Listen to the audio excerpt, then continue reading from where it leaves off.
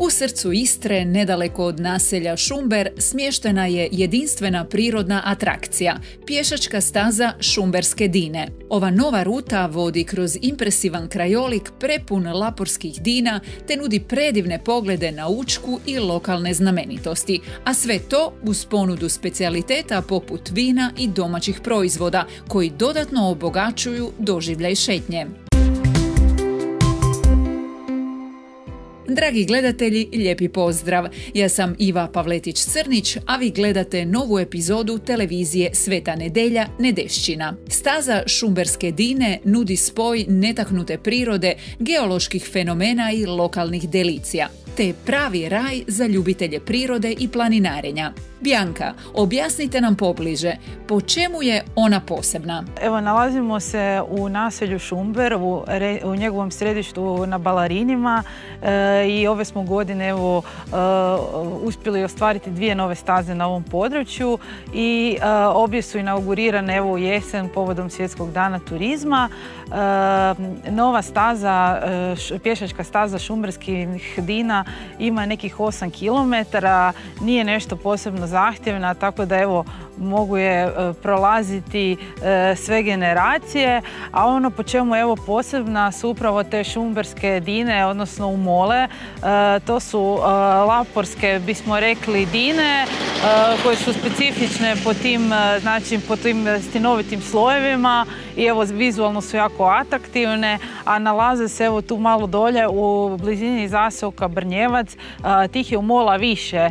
Mi evo stazom prolazimo po jednim od tih, ali evo, ko je možda zainteresiran može se i sam malo putiti i istraživati, a osim toga pružaju se jako lijepe vizure prema Učki, tako da evo ima puno lijepih punktova i za fotkanje. Što se još može vidjeti kroz šetnju tom stazom? Sama staza zapravo kreće u blizini jednog zanimljivog agroturizma, Giovana, naše drage Ljiljane Mekiš, koja je evo zanimljiva kuharica, ona svašta priprema sa svojim lokalnim namirnicima, tako da na početku ili na kraju, s obzirom da je staza kružna, posjetitelji mogu nešto i fino kušati, domaće i lokalno, a pored toga znači prolazi kraj 2 sakralna objekta, to su znači 2 crkve.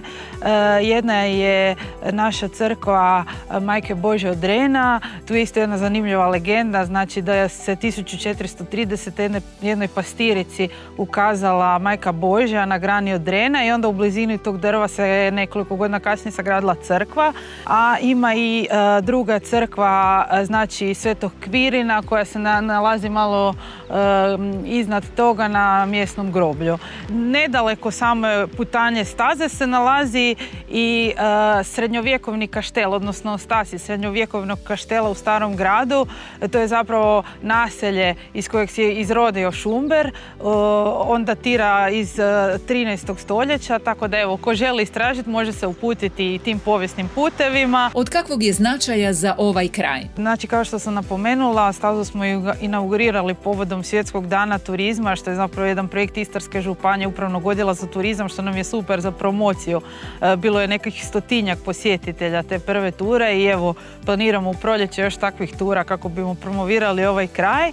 Evo i sama staza je sufinancirana znači od strane Istarske županije u iznosu od 7.000 eura i od strane općine Sveta Nedelja, koja nam uvijek evo pruža podršku i financijsku i logističku za ovako širenje outdoor ponude. Uz novu stazu u provedbi je i još jedan projekt. O čemu se radi? 2 godine već na ovom području provodimo još jedan projekt, a to je Noć šumberskog terana, kao jedna specifična manifestacija. Veći putopisci u 17. i 18. stoljeću su spominjali upravo na ovom području da je specifično to vino, taj šumberski teran, i evo zahvaljujući našim lokalnim vinarima i onim profesionalnim, ali i ovim hobistima, odlučili smo se jednom godišnje u ljetnom periodu se okupiti, malo kušati ta njihova vina.